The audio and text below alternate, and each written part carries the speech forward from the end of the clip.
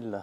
Bismillah, wassalat wassalamu ala rasulillah, amma ba'd. On se retrouve avec notre troisième cours sur l'enseignement du tawhid ainsi que les bases de l'islam aux jeunes enfants. Nous allons procéder à la lecture de la suite. On s'était arrêté à la parole d'Allah subhanahu wa ta'ala, inna ad-dina 'inda Allahi al-islam. Certes, la religion auprès d'Allah, c'est l'islam. On avait expliqué que ça signifiait que la seule religion qu'Allah subhanahu wa ta'ala agrée, tolère et accepte, c'est l'islam.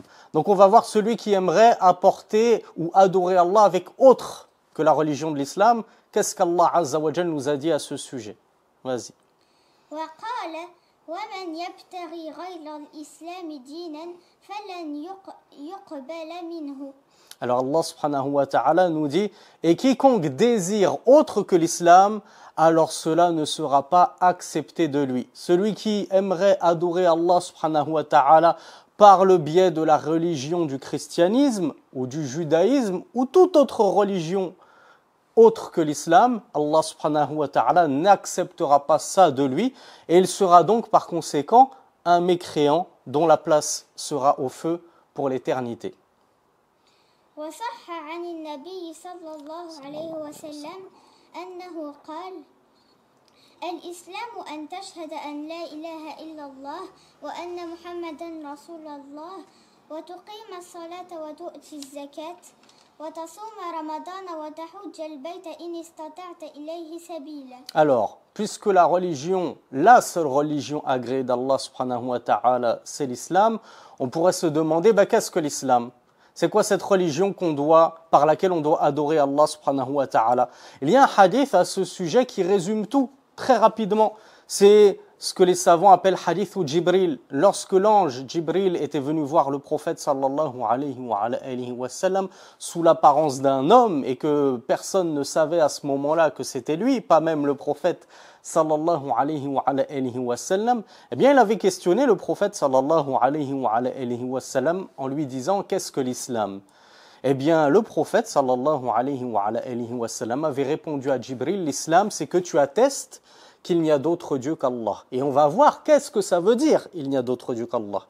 L'islam, c'est que tu attestes également que Muhammad est le messager d'Allah, sallallahu alayhi wa sallam. L'islam, c'est que tu t'acquittes ou que tu pratiques la prière, c'est-à-dire les 5 prières obligatoires par jour. C'est que tu t'acquittes de ta zakat, c'est-à-dire que si tu atteins un certain montant durant toute une année lunaire, tu dois en sortir 2,5% pour la zakat pour laquelle nous sommes le plus concernés, sachant qu'il y a des zakats qui se sortent également sur certains bestiaux, sur certaines récoltes, etc. L'islam, c'est également que tu jeûnes le mois de Ramadan. Et enfin, l'islam, c'est également le fait que tu partes au moins une fois dans ta vie, si tu en as les moyens, au pèlerinage. Donc voilà comment Rasulullah sallallahu alayhi wa sallam nous a résumé notre religion par 5 piliers, c'est ce qu'on appelle Arkanul Islam, les 5 piliers de l'islam. Alors, qu'est-ce qu'il nous dit ensuite? ومعنى لا إله إلا الله أي لا معبود حق إلا الله. Alors ici, c'est un point fondamental. À ce niveau de la playlist, on apprend l'une des informations les plus capitales que tout enfant doit connaître, fadlan anil kibar, sans même parler des adultes qui ne peuvent ignorer cela. Cette chose, c'est le sens de la ilaha illallah. On l'a traduit littéralement par « il n'y a d'autre Dieu qu'Allah ». C'est comme ça qu'en arabe, ça a été avancé avec ce qu'on appelle l'omission de l'ellipse. Dans l'arabe, on a omis une ellipse, un morceau de phrase. C'est quoi ce morceau de phrase qui a été omis puisqu'il est censé être évident? C'est « haqqun » ou bien « yastahiqqul ibada » ou bien « bihaqqin ». Les savants ont donné 3 façons de l'interpréter, de la définir et de l'expliquer, cette shahada. Ils ont dit, la ilaha illallah, il n'y a d'autre Dieu qu'Allah, ça signifie, il n'y a d'autre Dieu véritable qu'Allah, subhanahu wa ta'ala. C'est-à-dire, il n'y a d'autre Dieu qui est la vérité plutôt, si ce n'est Allah. Donc en gros, tous les autres dieux, on n'est pas en train de dire qu'il n'y a pas d'autres dieux en dehors d'Allah. Mais on dit ces autres dieux en dehors d'Allah, ils ne sont pas la vérité. Ils ne sont pas le vrai. Ils sont donc le faux. Donc ça nous amène à la deuxième explication de la ilaha illallah. Il n'y a d'autre Dieu qui mérite l'adoration si ce n'est Allah. Donc on en comprend que tous les autres dieux, les dieux des chrétiens, et certes ils sont nombreux, croyez-moi qu'ils sont bien plus que 3. Les chrétiens n'adorent pas que Jésus, soi-disant le Père, Allah, et Jibril, le Saint-Esprit. En réalité, ils adorent également Mariam, jusqu'à ce que certains d'entre eux disent « c'est la mère de Dieu ». Wal'iyadhu billah. Ils disent Mariam, la mère de Jésus, ils disent c'est la mère de Dieu. Et puis, ils vont aussi beaucoup plus loin en adorant Saint Paul, Saint Michel et un grand nombre de compagnons de Isa, ridwanullahi alayhim. C'est comme si nous, au lieu de respecter à leur juste valeur Abu Bakr as-Siddiq, Omar ibn al-Khattab, Othman ibn Affan, Ali ibn Abi Talib, etc., on se mettait à les vénérer, à les prendre pour des divinités en les invoquant. « Oh Omar ibn al-Khattab, j'ai pas d'argent, aide-moi à trouver du travail. Oh Ali ibn Abi Talib, ma femme n'arrive pas à avoir d'enfants, donne-nous des enfants. Oh Abu Bakr as-Siddiq, etc., etc. » Vous imaginez? Eh bien, c'est exactement ce que font les chrétiens avec leurs saints, avec ce qu'ils appellent leurs saints, Saint Paul, Saint Joseph, etc., etc. Donc, cette définition de la ilaha illallah, lorsqu'on la comprend bien, on ne peut pas adhérer à un tel polythéisme sur lequel reposent les chrétiens. Le la ilaha illallah, ça signifie donc il n'y a de divinité qui mérite l'adoration si ce n'est Allah subhanahu wa ta'ala. Et on a vu ce que c'était que l'adoration. On avait dit parmi les actes d'adoration qu'il existe, il y a l'invocation et l'immolation. Eh bien, remplacez le mot adoration dans cette définition de la ilaha illallah. Il n'y a d'autres divinités qui méritent l'adoration en dehors d'Allah. On pourrait dire, il n'y a d'autres divinités qui méritent l'invocation en dehors d'Allah. Donc ça veut dire que lorsque j'ai des invocations à faire, je ne dois invoquer que Allah.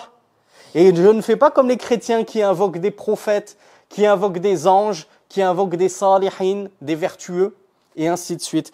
Il n'y a d'autres divinités qui méritent l'immolation que je sacrifie pour elles en dehors d'Allah. Donc je ne peux pas sacrifier pour un sorcier, ni pour un djinn, ni tout autre qu'Allah subhanahu wa ta'ala. Et ça, c'est la deuxième façon de comprendre la ilaha illallah. Et enfin, la troisième façon, la ilaha illallah, les savants ont dit ça signifie la ma'bouda bihaqqin, c'est-à-dire il n'y a d'adoré en droit si ce n'est Allah subhanahu wa ta'ala. Donc on n'est pas du tout en train de dire quand on dit la ilaha illallah que sur terre personne d'autre qu'Allah n'est adoré. C'est faux, on le voit tous que plein de gens, des statues, des prophètes, des animaux sont adorés en dehors d'Allah subhanahu wa ta'ala. Donc comment je dois comprendre la ilaha illallah? La ma'bouda bihaqqin, c'est-à-dire il n'y a d'adoré en droit si ce n'est Allah. Ça veut dire que tous ceux qui ont été adorés en dehors d'Allah, ils n'ont pas été adorés de plein droit. Ils ont été adorés à tort. C'est-à-dire qu'ils ne méritaient pas qu'on les adore. Ces gens-là les ont adorés à tort et non pas en droit. Voilà comment il faut comprendre, mes enfants, la ilaha illallah. Et c'est fondamental de le connaître parce que de tout temps et depuis fort longtemps et plus particulièrement aujourd'hui, il y a des gens qui se réclament de l'islam et qui n'ont toujours pas compris ce que signifiait la ilaha illallah. Et si tu leur demandes qu'est-ce que signifie la ilaha illallah, ils vont te dire ça veut dire il n'y a d'autre créateur qu'Allah. Mais les polythéistes du temps du prophète sallallahu alayhi wa sallam, est-ce qu'ils niaient cette vérité? Est-ce que lorsque Muhammad sallallahu alayhi wa sallam leur demandait qui a créé les cieux et la terre, est-ce qu'ils disaient c'est nos idoles? Ils disaient c'est Allah. Donc, même les polythéistes associateurs de la Mecque du temps du prophète sallallahu alayhi wa sallam, ils ne niaient pas que Allah était le seul créateur et donc c'était le Seigneur suprême. Qu'est-ce qu'il niait? Il refusait d'accepter que d'autres qu'Allah, mais il refusait d'accepter que nul autre qu'Allah ne mérite l'adoration. Malgré que Allah c'était le Seigneur dans leur conception, ils voulaient malgré tout continuer à pouvoir invoquer autre qu'Allah. immolés pour leur statut, etc. Donc voilà pourquoi comprendre ce que signifie la ilaha illallah, c'est fondamental, parce que nombre de musulmans ou de personnes se réclamant de l'islam ne l'ont toujours pas compris. Et à cause de leur mauvaise compréhension, comme ceux qui disent que la ilaha illallah, ça signifie « il n'y a d'autre créateur qu'Allah » ou « il n'y a d'autre Dieu que Dieu ». C'est comme ça ne veut strictement rien dire. Il n'y a d'autre Dieu que Dieu. On vient de prendre le même mot et on l'a mis au début et à la fin. Ça n'a aucun sens. C'est comme si je disais il n'y a d'autre couleur bleue que la couleur bleue. Ça ne veut absolument rien dire. Donc il faut bien comprendre. Il n'y a d'autre Dieu, c'est-à-dire une divinité, c'est-à-dire tout ce qui est adoré, à l'exception d'Allah subhanahu wa ta'ala, qui mérite l'adoration. Comme ils l'ont mal compris, cette shahada, et je vous rappelle mes enfants, que cette parole-là, c'est la composante première de votre shahada. Ça fait partie des piliers de votre prière. At-tashahhud, qu'est-ce qu'on récite dans la prière? Parmi ce qu'on récite, at-tashahhud, qu'est-ce qu'on récite dans le tashahhud? Ashhadu an la ilaha illallah. Comment dans chacune de tes prières, tu fais ce tashahhud, tu prononces cette attestation de foi, cette attestation même de foi qui fait rentrer les gens dans l'islam alors que tu ne la comprends pas. Et comme ne l'ont pas compris un grand nombre de personnes se réclamant de l'islam, eh bien ils vont dire « Moi je dis la ilaha illallah, je suis un musulman » et en même temps, dès qu'ils ont des besoins, ils vont invoquer des morts dans leur tombe. Ils vont invoquer des prophètes et ainsi de suite. Ce qui prouve qu'ils n'avaient toujours pas compris cette parole qu'ils prononcent avec leur langue, la ilaha illallah. Si tu avais compris ce que signifiait la ilaha illallah, tu n'irais pas ensuite invoquer des prophètes, invoquer des hommes dans leur tombe, parce que tu aurais compris que la ilaha illallah, ça signifie que toute ton adoration, elle ne doit être vouée qu'au Seigneur des mondes, car c'est le seul qui mérite qu'on l'adore. Ensuite. كما قال تعالى وإذ قال إبراهيم لأبيه وقومه إنني براء مما تعبدون إلا الذي فطرني فإنه سيهديني. Alors, le shir nous dit que cette parole la ilaha illallah, et on l'a vu dans le cours précédent, on peut la dire d'une autre façon. Bien sûr, pour entrer dans l'islam, on dit la ilaha illallah. Ensuite, lorsque je l'explique à mes enfants, lorsque je donne des cours, lorsque je l'explique à mon collègue de travail ou peu importe, je peux l'expliquer avec d'autres termes que la ilaha illallah. Je peux l'expliquer comme Ibrahim, le prophète Ibrahim alayhi salatu wassalam, le messager d'Allah, l'un des plus grands, a fait auprès de son peuple lorsqu'il leur a inculqué le tawhid, lorsqu'il leur a enseigné le monothéisme.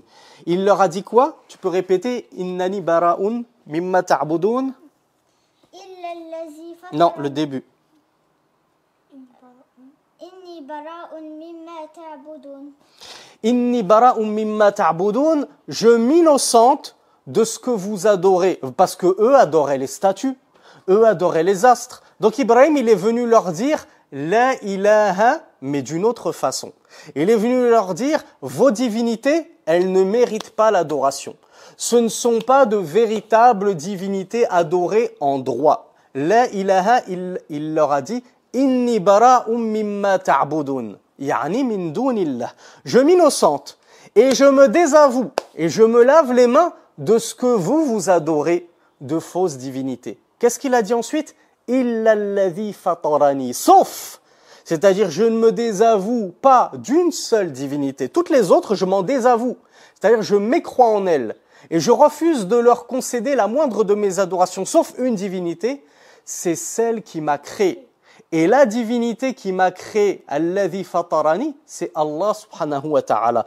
Et ce illa alladhi fatarani, c'est la même chose que illallah dans la parole la ilaha illallah.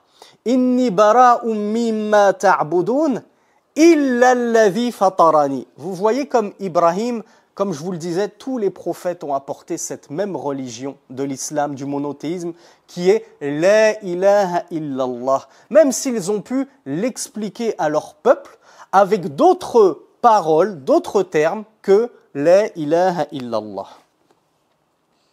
وجعلها كلمة باقية باقية في عقبه لعلهم يرجعون. Et donc Allah subhanahu wa ta'ala nous dit ensuite, c'est quoi la source? الزخرف Az-Zukhruf. Versets 66 et 67. Alors, dans la sourate L'Ornement, versets 66 et 67, on trouve cette parole d'unicité qu'a inculqué, qu'a enseigné le prophète Ibrahim à sa communauté, à son peuple. Et Allah Azza wa Jal nous dit que cette parole d'unicité, Ibrahim alayhi salatu wassalam, il en a fait une parole destinée à perdurer dans sa descendance. Il l'a enseignée à ses enfants, afin que ses enfants l'enseignent même à leur descendance, à leurs enfants, et ainsi de suite, afin qu'il ait une progéniture muwahhida, monothéiste, comme nous-mêmes nous essayons modestement de le faire envers nos enfants. Nous leur inculquons cette parole d'unicité. C'est la chose la plus importante que nous puissions léguer à nos enfants. C'est encore plus important que de leur léguer de l'argent, un grand héritage, que de leur apprendre comment se débrouiller dans la vie pour faire du business, que de leur apprendre comment être fort physiquement et se défendre devant des agresseurs, etc. La première chose et la chose la plus fondamentale qu'on doit inculquer et sur laquelle on doit instruire nos enfants, c'est at-tawhid, la compréhension de ce même pourquoi Allah Azza wa Jal nous a créés. وَمَا خَلَقْتُ الْجِنَّ وَالْإِنسَ إِلَّا لِيَعْبُدُونَ. Je n'ai créé les djinns et les hommes que pour qu'ils m'adorent. Et comme l'a expliqué Ibn Abbas, radiallahu anhuma, l'un des plus grands compagnons du prophète, il a dit « liya'budun ya'ni liwahidun » que pour qu'ils m'adorent, c'est-à-dire que pour qu'ils me monothéisent, que pour qu'ils concrétisent cette religion de monothéisme pour laquelle je les ai créés. Ensuite. والدليل على الصلاة والزكاة قوله تعالى وما أمروا إلا ليعبدوا الله مخلصين له الدين حنفاء ويقيموا الصلاة ويؤتوا الزكاة وذلك دين القيمة. Ah, c'est quoi la source? البينة verset 5. Alors, le cheikh, comme d'habitude, Cheikh Mohammed ibn Abdel Wahhab, rahmatullahi alayhi, à chaque fois qu'il prenait la parole, qu'il enseignait quelque chose, il ramenait toujours sa preuve du Coran et de la Sunna pour montrer aux gens que ce qu'il apportait, c'était pas une religion qu'il avait inventée lui. C'était la véritable religion de l'islam telle qu'elle était descendue sur le prophète Mohammed sallallahu alayhi wa sallam. Et pour le prouver, forcément, il devait ramener des paroles d'Allah issues du Coran et des paroles du prophète sallallahu alayhi wa sallam tirées de la Sunna. Donc on a vu la preuve du monothéisme, at-tawhid, avec cette parole du Coran qui paraphrasait notre parole La ilaha illallah. On a vu que Ibrahim lui-même le disait déjà à son époque, bien avant Muhammad sallallahu alayhi wa sallam. Quelle est la preuve donc que l'islam c'est le tawhid? On vient de le voir. On avait dit que l'islam, les arkan ou l'islam, les piliers de l'islam, c'est également la prière. C'est quoi la preuve? Eh bien c'est ce verset qu'elle vient de nous lire, où Allah subhanahu wa ta'ala nous a dit et ils n'ont été ordonnés que wama umiru illa liya'budullah, ils n'ont été ordonnés que d'adorer Allah mukhlisina lahuddin, en étant de parfaits monothéistes, en étant exclusifs dans leur culte, c'est-à-dire que leur culte est voué exclusivement à Allah subhanahu wa ta'ala, wa yuqimus salat wa yu'tuz zakat. Dans surat al-Bayyina, la preuve éclatante, Allah nous dit également qu'ils ont été ordonnés de pratiquer la prière et de s'acquitter de la zakat. Donc on voit que ceux-là rentrent pleinement dans la religion de l'islam. Pratiquer la prière, s'acquitter de la zakat. Comment peut-on prétendre être musulman sans pratiquer la prière, subhanallah? Le seul rite et la seule adoration qu'Allah subhanahu wa ta'ala a prescrite, non pas sur terre, mais dans les cieux, lors de l'avènement de Al-Isra ou Al-Mi'raj, le voyage nocturne et l'ascension du prophète sallallahu alayhi wa sallam, durant laquelle cette ascension vers Allah subhanahu wa ta'ala, en compagnie de Jibril, Allah avait instauré la prière, et d'ailleurs de base, il en avait instauré 50, Puis Mohammed sallallahu alayhi wa sallam n'a eu de cesse de faire des allers-retours vers les cieux inférieurs jusqu'à rencontrer Moïse, et qui lui disait « c'est trop pour ton peuple, retourne vers ton Seigneur afin qu'il te l'allège ». Et alors Mohammed retournait vers Allah jusqu'à ce qu'Allah subhanahu wa ta'ala nous ait prescrit uniquement 5 prières en nous disant elles sont 5 mais elles en valent 50 en récompense. Donc comment peut-on prétendre être musulman tout en délaissant cette prière qui est la seule adoration qu'Allah Azza wa Jal a directement prescrit, c'est-à-dire instaurée dans les cieux et non pas sur terre. Ça prouve la grande importance, le très haut niveau et la place capitale de la prière dans notre religion. Ensuite,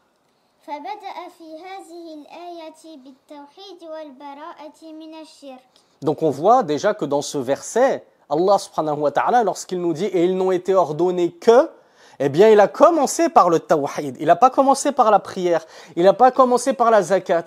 Il n'a pas commencé, il n'a pas débuté ce verset par la piété filiale ou même le jeûne de Ramadan ou le pèlerinage. Ce qui nous prouve que la base de notre religion et la chose la plus fondamentale et importante, c'est le tawhid. C'est d'être un bon monothéiste. C'est de se désavouer du shirk, nous dit le cheikh. Et ensuite, Allah Azza wa Jal a évoqué la prière et la zakat. C'est donc étonnant de voir des musulmans qui mettent un point d'honneur à jeûner le mois de Ramadan alors qu'ils ne font même pas la prière. C'est très étonnant, alors que la prière passe bien avant le jeûne du mois de Ramadan. Ensuite,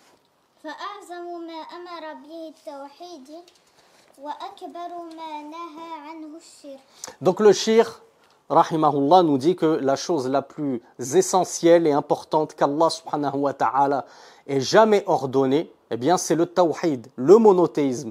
Et la chose la plus gravissime qu'il ait jamais interdit, c'est ash-shirk, l'association. Comme on l'avait dit dans un cours précédent, il n'y a pas de péché plus grave que l'association à Allah subhanahu wa ta'ala. Pas même le meurtre, pas même la fornication, pas même le fait de boire de l'alcool tous les jours de sa vie jusqu'à en mourir d'ébriété, il n'y a rien de pire que le shirk. Et il n'y a rien de plus important que at-tawhid.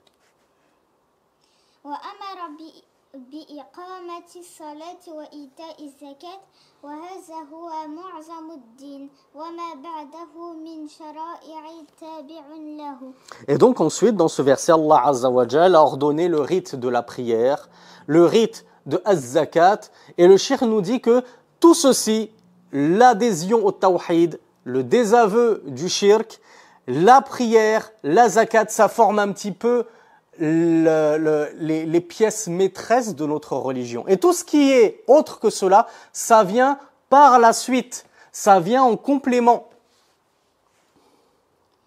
والدليل على فرض الصيام قوله تعالى يا أيها الذين آمنوا كتب عليكم الصيام كما كتب على الذين من قبلكم. C'est quoi la source? Surat al-Baqarah. Il n'y a pas écrit. Pas derrière. Verset al-Baqarah, surat 183. Alors, verset 183 de la sourate La Vache, Al-Baqarah, Allah Azza wa Jal, il nous dit, ô vous qui avez cru, il vous a été prescrit le jeûne comme il a été prescrit à ceux avant vous. Donc on voit que le cheikh ne ment pas lorsqu'il nous dit que parmi notre religion, c'est-à-dire parmi l'islam, il y a le fait de jeûner le mois de Ramadan. C'est une obligation à quiconque, bien sûr, en a la capacité. Et on voit dans ce verset qu'Allah subhanahu wa ta'ala nous rappelle qu'il nous a prescrit le jeûne comme il l'a prescrit à ceux avant nous. Ça veut dire que le jeûne n'est pas une exception musulmane, ce n'est pas une innovation islamique. Mais même les communautés avant nous étaient tenues de jeûner comme nous jeûnons nous-mêmes à notre tour.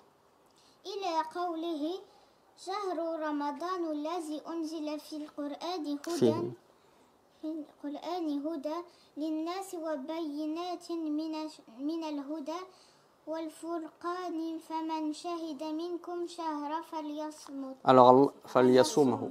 Allah Azza wa Jal il nous dit فمن شهد منكم الشهر فليصومه. Quiconque parmi vous et c'est-à-dire toujours vivant, présent, qu'il voit la lune de Ramadan, ou qu'il ne la voit pas, mais qu'on l'informe que ça y est, on est rentré durant le mois de Ramadan, alors qu'il le jeûne.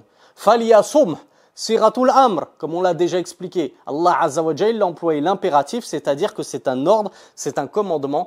Quiconque est présent durant le mois de Ramadan, il n'est pas voyageur, il n'est pas malade, il est en bonne santé, etc. Alors qu'il jeûne le mois de Ramadan, c'est une obligation qui lui incombe. Ensuite. والدليل على فرض الحج قوله تعالى ولله على الناس حج البيت. Alors Allah subhanahu wa ta'ala, c'est quoi la source? Al-Imran, verset 97. Alors le verset 97 de la sourate 3, Al-Imran, la famille d'Imran, Allah subhanahu wa ta'ala nous dit « Et il incombe aux gens de faire un pèlerinage pour Allah subhanahu wa ta'ala. » Le pèlerinage, ça veut dire se rendre auprès de la mosquée sacrée Al-Kaaba à la Mecque, entre autres de tourner 7 fois autour, de faire as-sa'i bayna as-safa wal marwa, de faire 7 allées et 7 allées-venues entre les monts Safa wal Marwa, et d'autres rites comme al-wuquf bi Arafa, le fait de se tenir sur le mont de Arafat. Tout ça, un petit peu, ça forme les rites du pèlerinage. Et ce pèlerinage-là, ben Allah, il nous a dit que cela incombe à tout musulman. Cela incombe même aux femmes, lorsqu'elles ont un mahram pour pouvoir les accompagner, à partir du moment où on trouve les moyens d'y aller. Mais quelqu'un qui est tellement pauvre qu'il n'a même pas les moyens de se rendre au pèlerinage, alors l'obligation ne lui incombe plus. Celui qui a les moyens de partir, il est tenu de faire au moins un pèlerinage dans sa vie à Al-Kaaba pour Allah subhanahu wa ta'ala. Ça fait partie des 5 piliers de l'islam, donc des plus nobles adorations par lesquelles on peut adorer Allah subhanahu wa ta'ala. وأصول الإيمان 6 أن تؤمن بالله وملائكته وكتبه ورسله واليوم الآخر وبالقدر خيره وشره. Alors on a vu Arkanul Islam. On a vu les fondements, les piliers de l'islam. Il y a des gens, toujours qui se réclament de l'islam, et qui confondent Arkanul Islam et Arkanul Iman. Usulul Islam, Usulul Iman. Et nos enfants doivent connaître la différence entre les deux. L'islam est une chose, Al-Iman en est une autre lorsque les deux sont regroupés dans un même cours, une même discussion, un même hadith. Alors lorsqu'on parle d'islam et en même temps on parle d'iman, l'islam, ce sont les 5 piliers qu'on a vus, le tawhid, la shahada, la double attestation de foi, ashhadu an la ilaha illallah wa ashhadu anna muhammadar rasulullah. L'islam, c'est la prière, c'est la zakat, c'est le jeûne, le pèlerinage. Et al-iman, qui se traduit en français par la foi, eh bien elle n'a pas 5 piliers, mais elle en a 6.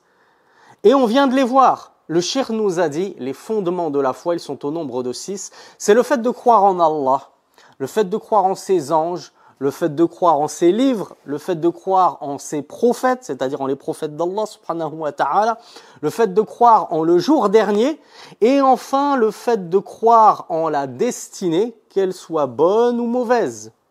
Ensuite.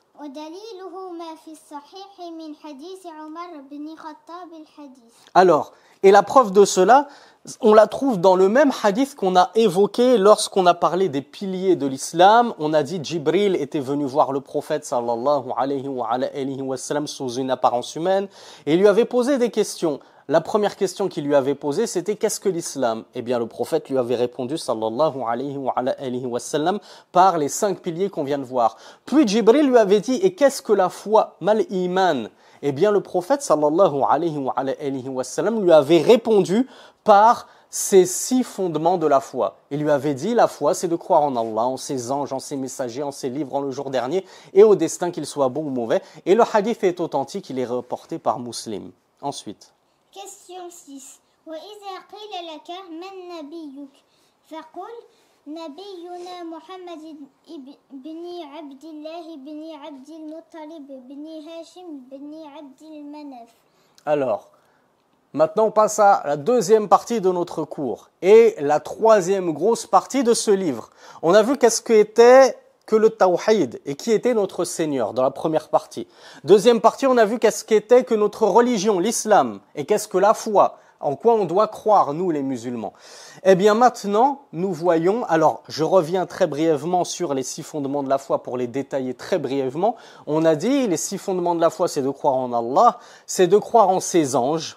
Et donc lorsqu'on sait que parmi les anges, il y en a qui sont mentionnés dans le Coran comme Jibril et Mikaïl, on doit croire que parmi les anges d'Allah, il y en a un qui s'appelle Jibril, Gabriel, et Mikaïl, Mikaël.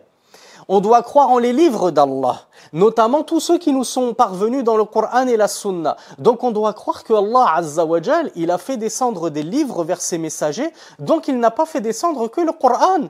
Il a aussi fait descendre At-Tawra, à Moussa, il a fait descendre à l'Injil, à Jésus, fils de Marie, il a fait descendre des feuillets à Abraham, etc. Il a donc fait descendre des écritures, des saintes écritures. On croit en le jour dernier. C'est quoi la croyance en le jour dernier? Qu'est-ce que ça signifie?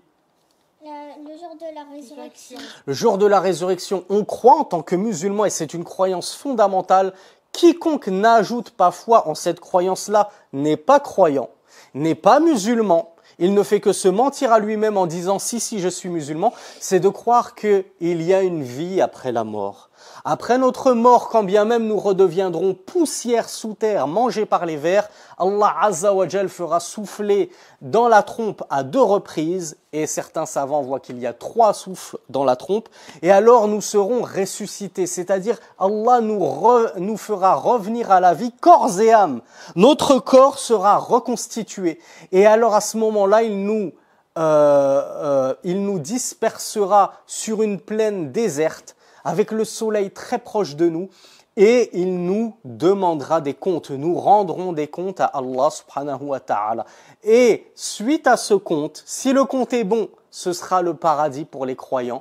Si le compte est mauvais, pour les croyants, peut-être qu'Allah leur fera miséricorde et il les introduira au paradis. Mais si Allah le décide de faire preuve de justice, il pourra les saisir d'un châtiment en enfer le temps qu'il voudra, pour qu'ils expient leurs fautes, parce qu'ils étaient malgré tout croyants, et ensuite il les fera sortir de l'enfer pour les introduire au paradis, puisqu'ils avaient le minimum de la foi. Et pour ceux qui n'avaient pas du tout de foi, les mécréants, les infidèles, les munafiqoun, les hypocrites, alors eux, ils séjourneront en enfer directement et jamais ils ne goûteront et ne sentiront l'odeur du paradis. Et enfin, croire en la destinée, qu'elle soit bonne ou mauvaise, le destin, c'est tout ce qu'Allah Azza wa Jal avait déjà prescrit, ou plutôt qu'il avait déjà décrété, décidé 50 000 ans avant de créer les cieux et la terre. Avant même que nous venions au monde, Allah subhanahu wa ta'ala avait déjà su et décidé et écrit de tout ce qui allait se passer dans notre vie. À quel âge, à quel moment de l'année j'allais venir au monde, à quel âge j'allais faire tel accident où je me suis ouvert un petit peu le front, j'ai eu des points de suture, etc. À quel âge je vais passer mes examens, mon baccalauréat, à quel moment je vais me marier, où est-ce que je vais étudier, où est-ce que je vais vivre plus tard, combien j'aurai d'enfants, etc. Quand je vais mourir, tout ça, même mon risque, ma subsistance, combien d'argent je vais gagner plus tard, est-ce que je serai riche ou pauvre? Et Allah a même écrit, est-ce que je serai un croyant ou un mécréant? Dans quel état je vais mourir? Tout ça, Allah le savait déjà. Il l'a déjà écrit. Et en tant que musulman, on se doit d'y croire. On ne doit pas dire, mais non, c'est impossible qu'Allah il connaisse le futur. C'est pas possible qu'Allah sait qu'est-ce qu'il va advenir de moi, qu'est-ce que je vais faire demain. Même moi, je ne sais pas ce que je vais faire demain. Même moi, je ne sais pas ce que je vais me cuisiner à manger demain. Comment Allah il peut le savoir? Mais Allah, c'est ton créateur, il sait tout. Il connaît le passé, le présent, le futur. Pour lui, Allah Azza wa Jal n'est pas concerné par ces modalités de temps. Donc Allah Azza wa Jal n'ignore absolument rien. Il l'avait même tout écrit 50 000 ans avant de créer les cieux et la terre. Et ce destin, comme on l'a dit, qu'il soit bon ou mauvais, ce qui est bon, c'est par exemple le fait que je vais me marier, je vais avoir des enfants. Ce qui est mauvais, c'est le fait que je vais faire un accident, etc. Tout ça, c'était écrit par Allah. Et je dois croire que si c'est arrivé, c'est parce que Allah subhanahu wa ta'ala a bien voulu que cela se passe et arrive. Si Allah azza wa jal n'avait pas voulu que cela arrive, cela n'aurait pu arriver.